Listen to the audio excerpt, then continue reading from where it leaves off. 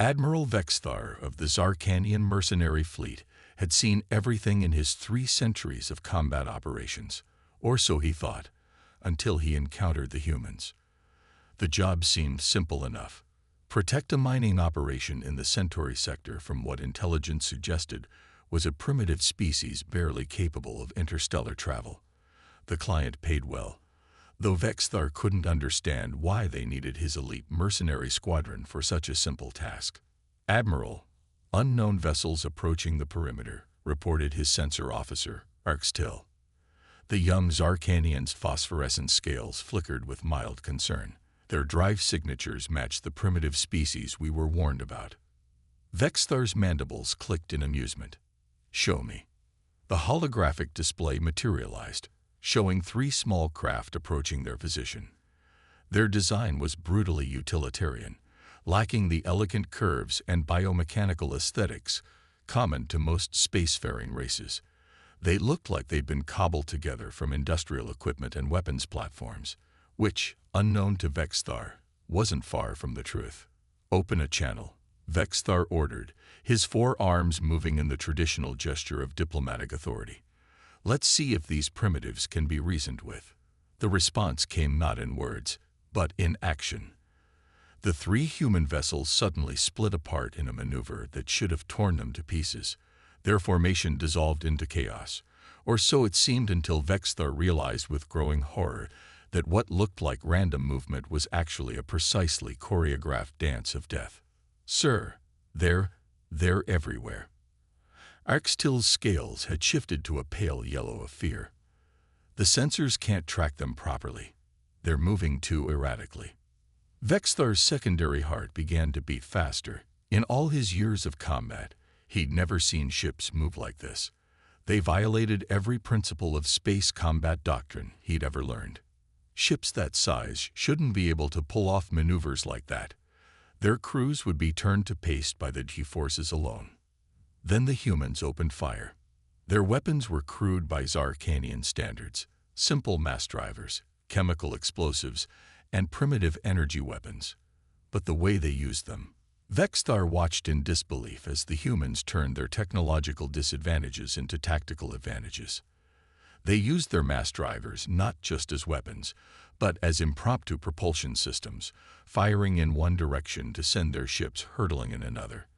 They launched what appeared to be mining charges into space, creating a field of explosives that they then ignited with their energy weapons, catching 2 of Vexthar's escort ships in the blast. "Sir, we're picking up communications between their vessels," the communications officer reported. "They're laughing. In the middle of a space battle." Vexthar's scales shifted to the deep purple of confusion. What kind of species treated combat as entertainment? The answer came moments later when one of the human ships executed what could only be described as a combat role, something that should have been impossible for a vessel of that size, while broadcasting what Vexthar's cultural database identified as heavy metal music. "Fall back," Vexthar ordered, all 4 arms gesturing frantically. "Fall back immediately." But it was too late. The humans had already surrounded them, using maneuvers that defied both physics and sanity. Their crude weapons might not have been able to penetrate Zarkanian shields directly, but they didn't need to. Instead, they used the mining charges to create gravitational distortions that disrupted shield harmonics, then followed up with precisely targeted mass driver shots through the gaps. Within minutes, Vexthar's proud squadron was reduced to drifting hulks. Only his flagship remained operational, and that seemed to be by the humans' choice rather than any failure on their part. "This is Commander Ramirez of the Human Special Forces vessel Thunderchild," a voice came through the comm system. "Your ships are disabled, your weapons are offline, and we've got about 50 more ways to ruin your day. Want to talk about why you're in our space?" Vexthar's scales had shifted to the white of total surrender. We were hired to protect mining operations in this sector. We were told you were primitives." A sound came through the comm that Vexthar would later learn was human laughter. "Yeah, we get that a lot. Here's the thing. Those mining operations you were hired to protect, they're illegal. This sector is under human protection. But since this is your first offense, we're feeling generous. We'll let you leave with your ships mostly intact, minus weapons and shields, of course." "Generous?"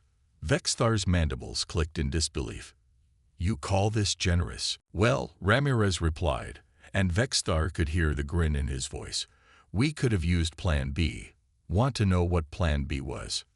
"No," Vexthar said quickly, remembering the impossible maneuvers, the improvised weapons, the laughter in the face of death. "No, I don't think I do." That day marked the beginning of a new era in galactic warfare. Word spread quickly through the mercenary guilds. Avoid human space, and if you must engage their special forces, pray they're in a generous mood. Because the only thing more terrifying than their capabilities was their creativity in using them. As for Admiral Vexthar, he retired from active duty the next day. When asked why, he would only say, "I've seen beings who treat war as a duty, as a necessity, even as a business. But humans? They treat it like an art form, and they're having far too much fun doing it." Guild Master Tixlar had never seen the Grand Hall of the Mercenary Coalition so packed. Representatives from every major combat guild in the galaxy had gathered, their diverse forms filling the ancient chamber with a riot of colors, textures, and bioluminescent displays. They weren't here for a contract or a celebration. They were here because of the humans. "The footage you're about to see," Tixlar announced, her crystalline form refracting light in patterns that conveyed deep concern, "comes from multiple encounters with human special forces over the past solar cycle." The holographic display activated, showing scenes that made even the most hardened veterans shift uncomfortably. A human strike team using their own drop pods as kinetic weapons, laughing as they rode them through a planetary defense screen. The lone human operator reprogramming an entire security network while simultaneously engaging in what they called trash talk with the facility's defenders.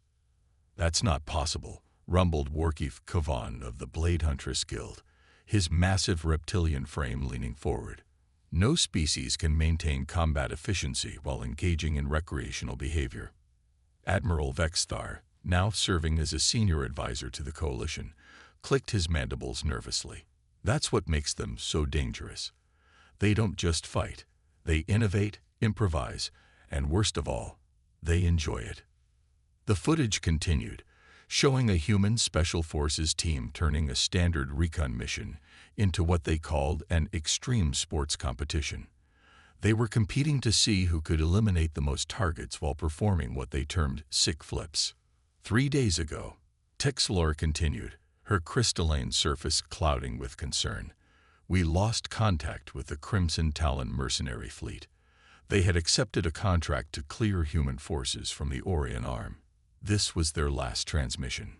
The display shifted to show a Crimson Talon warship's bridge.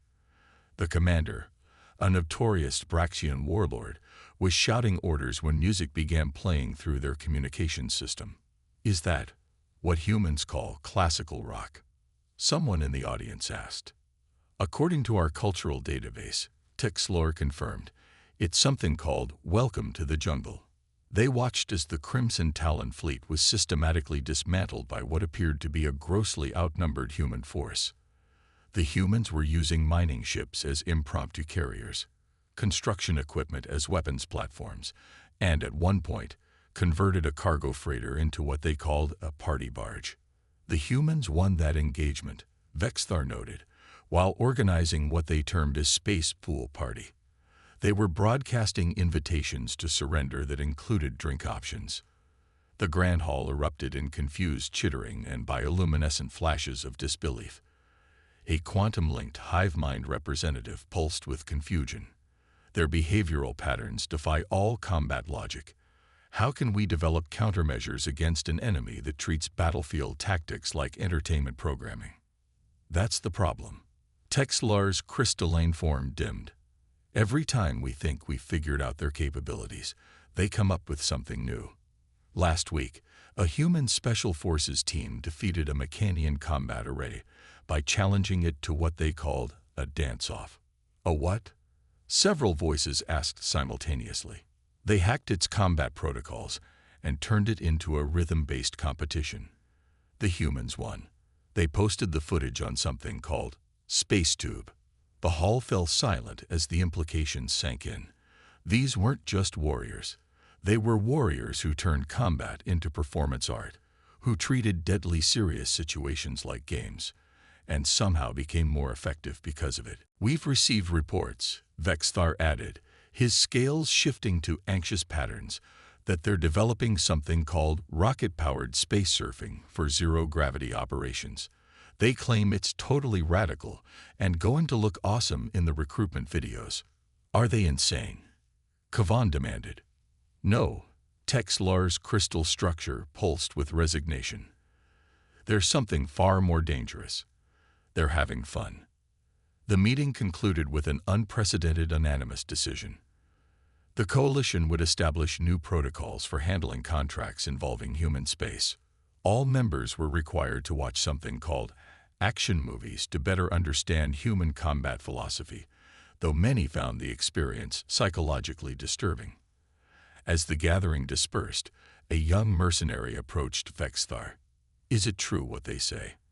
That human special forces operators actually compete to see who can make the most dramatic entrance into battle?" Vexthar's scales shifted to the pale hue of remembered terror. Last month, a human team used their own ship's reactor overload sequence as a diversion. They called it a sweet light show and argued about whether it would get them enough style points for their monthly performance review. The young mercenaries' bioluminescence flickered in confusion. Monthly performance review. Yes, Vexthar sighed. Apparently, they grade each other on both combat effectiveness and, quote, how cool it looked. The truly terrifying part. The ones who score highest in both categories get to train the next generation. As if to punctuate his point, a priority alert flashed across the Grand Hall's display network. A human Special Forces team had just been spotted in the Carina sector, apparently testing something they called jet-powered space motorcycles. The exodus from that sector began immediately, because if there's one thing the galaxy's mercenary community had learned, it was this. The only thing more dangerous than human special forces was human special forces trying to outdo their last performance. And they were always trying to outdo their last performance. The dreadnought Eternal Victory hung in the void of the Perseus Arm, its kilometer-long hull bristling with weapons. Fleet Commander Zaxel stood on his command bridge, surrounded by the finest mercenary crew credits could buy. They were here to make a statement, to prove that human special forces weren't invincible. "Status report," Zaxel demanded, his crystalline exoskeleton glowing with anticipation. "All systems optimal, Commander," his tactical officer reported. "The trap is set. When the human response force arrives, they'll find themselves caught between our main fleet and the automated defense platforms we've hidden in the asteroid field." Zaxel had spent months planning this operation. The raid on the mining colony was merely bait. The real target was the human Special Forces team that would inevitably respond. He'd studied every recorded encounter, analyzed their tactics, and developed what he believed were perfect countermeasures. The first warning came from an unexpected quarter. "Sir," his entertainment officer called out, "someone's hacking our recreation systems. They're changing our music playlist."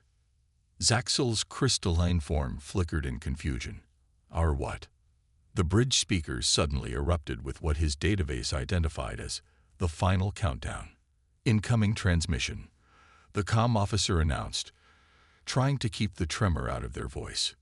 It's being broadcast on all frequencies, including our secure channels." A human voice filled the bridge, accompanied by what sounded suspiciously like someone playing air guitar. "This is Commander Jackson of the human Special Forces vessel, Hold My Beer. We couldn't help but notice you've set up quite the party here. Hope you don't mind if we crash it." "Contact," the sensor officer shouted. Multiple signatures emerging from... Wait, that's impossible.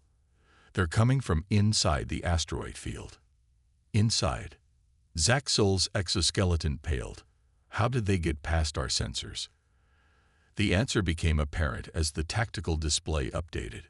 The humans hadn't snuck past their sensors. They'd been there the whole time, their ships disguised as maintenance drones servicing the automated defense platforms. Platforms that were now turning to target his own fleet. "They've reprogrammed our entire automated defense network," the tactical officer reported, their voice rising in pitch. "And they've renamed all the platforms. Sir, they're now designated as Party Cannon Alpha through Party Cannon Zeta." Before Zaxel could respond, new contacts appeared on the display. Human vessels were emerging from FTL, but not in any formation he'd ever seen. They were surfing the gravitational waves created by their own jump drives. "This is tactically impossible," Zaxel shouted. "No one treats faster-than-light travel like a recreational sport." "The humans appear to disagree, sir," his science officer noted dryly.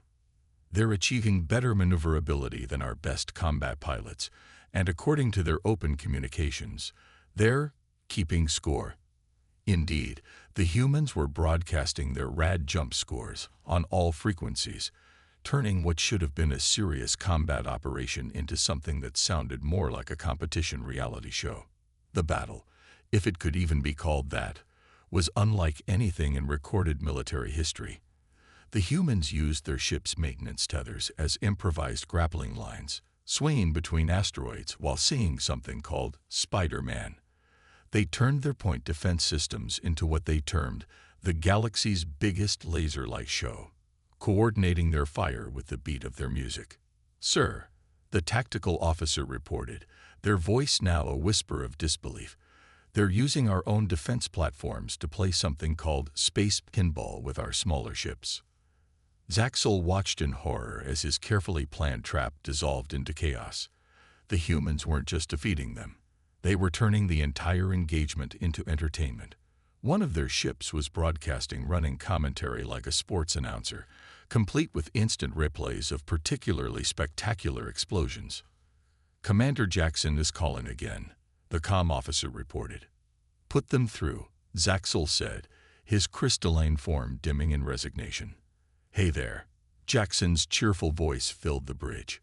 "We've got a betting pool going on whether your dreadnought's reactor will make a better fireworks display if we hit it from above or below. Care to weigh in? Winner gets bragging rights at next week's team barbecue." "You're insane," Zaxel managed. "All of you. This is warfare, not entertainment." "Why not both?" Jackson laughed. "Look, we'll make you a deal. Surrender now, and we'll teach your crew how to do zero backflips. We're running a workshop next month. There's even a certification program." In that moment, Zaxel understood why the Mercenary Coalition had issued so many warnings about human special forces. It wasn't just their combat capabilities. It was their ability to turn the most serious military operations into what they called epic highlight reels. "We surrender," he announced, his voice heavy with defeat. "Awesome choice, my crystalline friend. Hey, while we're processing your surrender docs, want to see this cool trick we invented? We call it the triple inverted space drift. Trust me, it looks amazing from your bridge viewpoint." As Zaxel watched his captors perform increasingly impossible maneuvers while debating what music best complemented their victory celebration, he made a mental note: update the Coalition's warning protocols. The current extreme caution classification clearly wasn't strong enough. They needed a new category specifically for forces that treated combat like a combination of performance art, extreme sports, and reality entertainment. Something that properly conveyed the terror of facing warriors who were not just skilled and fearless, but were also having the time of their lives. Because in the end, that was what made human special forces truly terrifying. They weren't just good at warfare. They were enjoying every minute of it. In the prestigious Galactic Institute of Combat Psychology, Professor Enveri adjusted her hover platform, her tentacles rippling with academic excitement. Today's lecture would focus on what had become the most fascinating and terrifying subject in modern military studies: the psychological impact of human special forces. "Consider," she began, addressing the packed auditorium of military psychologists, combat theorists, and traumatized veterans, the following incident from last month's Rigel campaign. The holographic display activated, showing footage that made several attendees' chromatophores shift to stress patterns. A human Special Forces team was facing off against an elite Voltarian battle group, vastly outnumbered and outgunned. Watch carefully, and very instructed. The humans are about to demonstrate what I call the psychological warfare of joy. In the footage, the human commander opened a channel to the Voltarian fleet. Instead of demands or threats, they'd broadcast what appeared to be a playlist titled Ultimate Space Battle Mixtape 2024. Then they proceeded to coordinate their entire attack strategy to match the rhythm of something called Thunderstruck. Note how the humans synchronize their weapons' fire with the musical beats, and very highlighted. Their neural interfaces are actually programmed to optimize combat performance based on musical timing.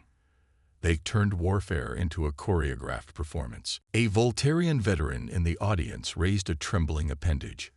I was there. They had a scoring system for style points.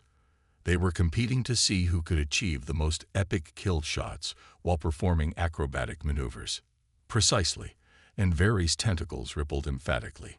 This brings us to the core of human combat psychology. They don't just fight, they perform. Each engagement is treated as both a tactical exercise and an entertainment event. The display shifted to show multiple examples.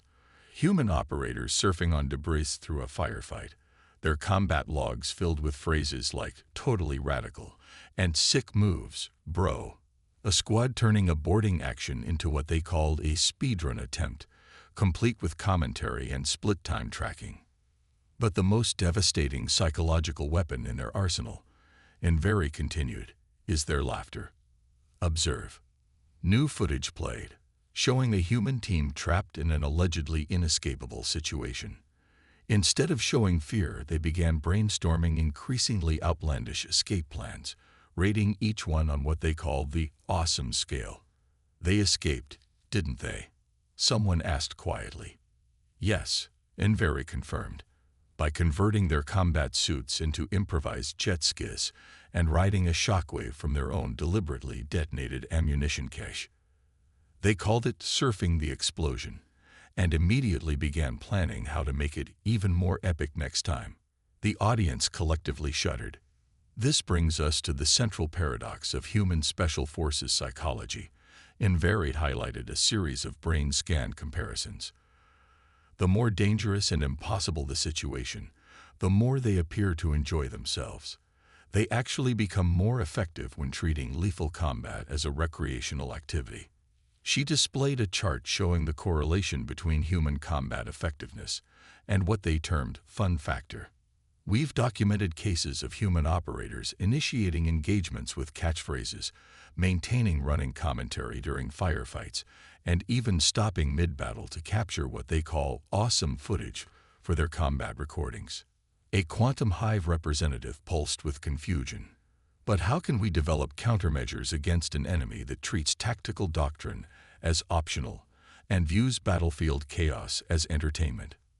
That's the terrifying part, and Very's tentacles drooped slightly.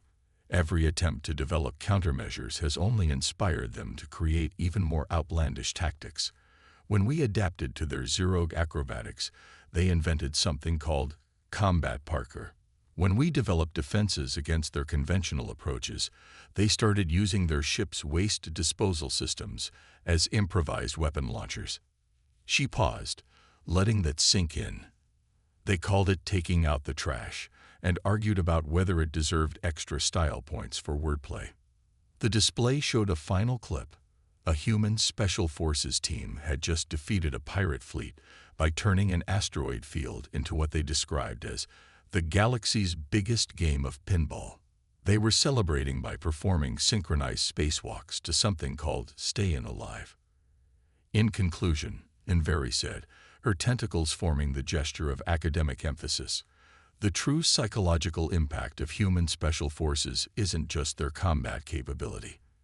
It's the existential terror of facing an enemy that treats warfare like a cross between an art form and an extreme sport, and is constantly looking for ways to make it more awesome.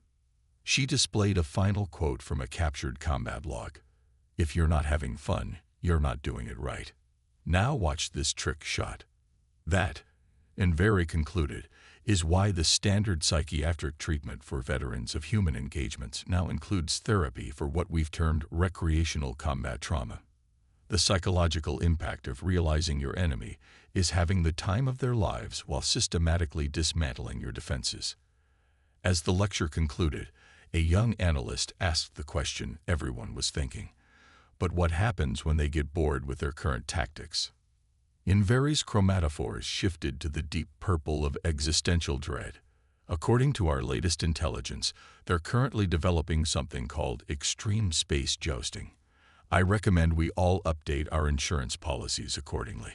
The audience's collective response was to immediately begin drafting requests for reassignment to sectors as far from human space as possible, because the only thing more terrifying than human special forces was the thought of what they might come up with next. The emergency meeting of the Galactic Mercenary Coalition had never seen such attendance. Representatives from every known combat organization crowded the massive chamber, their diverse forms united by a single concern: the latest human special forces innovation. High Marshal Zixis, their crystalline form clouded with worry, activated the central holodisplay. "What you're about to see was recorded 3 days ago at the Battle of Antares Gate. We believe it represents a new evolution in human combat doctrine." The footage began playing, and the chamber fell silent. They watched as a human special forces vessel, dramatically named Hold My Coffee, approached a heavily fortified pirate stronghold. What happened next defied explanation. Are they? A veteran commander's bioluminescence flickered in disbelief. Are they broadcasting something called multi-track drifting through the enemy's command frequencies? Indeed, the humans had somehow managed to drift their warship between dimensions, treating the fabric of space-time like a racetrack.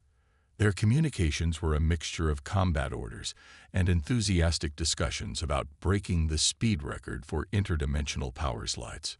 "This makes no tactical sense," protested War Sage K'tal, their armored exoskeleton rattling with agitation. "They're expending massive energy just to make their attack look, in their words, totally radical." "That's not even the worst part," High Marshal Zixis continued, their crystalline surface rippling with distress. "Watch what happens when the pirates try to surrender." The footage showed the human commander, one Lieutenant Rodriguez, opening a communication channel. Instead of accepting the surrender, they offered the pirates a chance to join the show. "We're putting together a little demonstration for the quarterly combat review." Rodriguez's voice echoed through the chamber. "Want to help us test out these new zero breakdancing combat maneuvers?" What followed was what the humans later termed the galaxy's first combat dance-off. The pirates, remarkably, accepted the challenge. The resulting engagement looked more like a choreographed performance than a military operation, with both sides competing to pull off increasingly impossible maneuvers while exchanging fire. The humans won, of course, Zixis noted, but instead of taking prisoners, they recruited the pirates into what they're calling their Extreme Combat Performance Division. The chamber erupted in confused chatter. A Quantum Hive representative pulsed rapidly. "They turned their enemies into performance partners. This violates all known combat protocols." "That's exactly the point," a scared mercenary captain interjected. "Every time we think we understand their limits, they invent some new way to turn warfare into entertainment. Last week, my fleet encountered a human team testing something they called tactical parkour jetpack jousting." The footage continued, showing more recent encounters.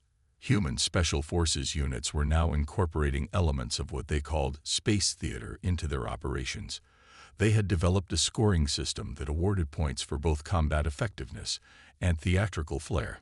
According to our intelligence, Zixis continued, they're currently developing what they call zero pro wrestling moves for close combat encounters.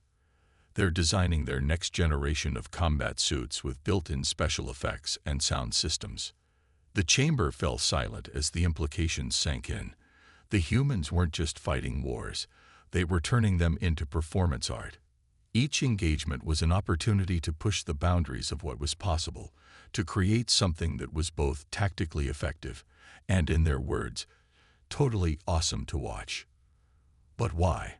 Someone finally asked. Why expend so much energy on the theatrical aspects of combat? A grizzled veteran stepped forward, their scales bearing the marks of multiple human encounters. Because they figured out something we never did. Warfare isn't just about winning. For them, it's about winning with style.